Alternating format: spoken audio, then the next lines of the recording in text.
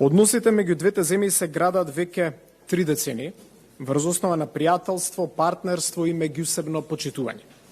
Денешната посета представува силна потврда на нашата заедничка определба за продолбочување на политичкиот диалог и зајакнување на соработката на сите нивоа. Голема е честа што ова представува и прва официјална посета на министер за надворешни работи од земја членка на Европската унија по формирањето на новата влада. Со колегата Тајани ги споделуваме истите европски вредности и заеднички стратешки цели.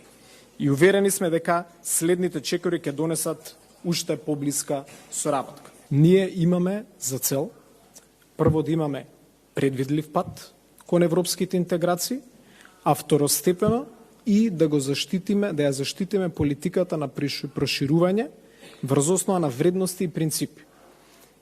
И колку и да делувам репетитивен, ќе го повторувам тоа.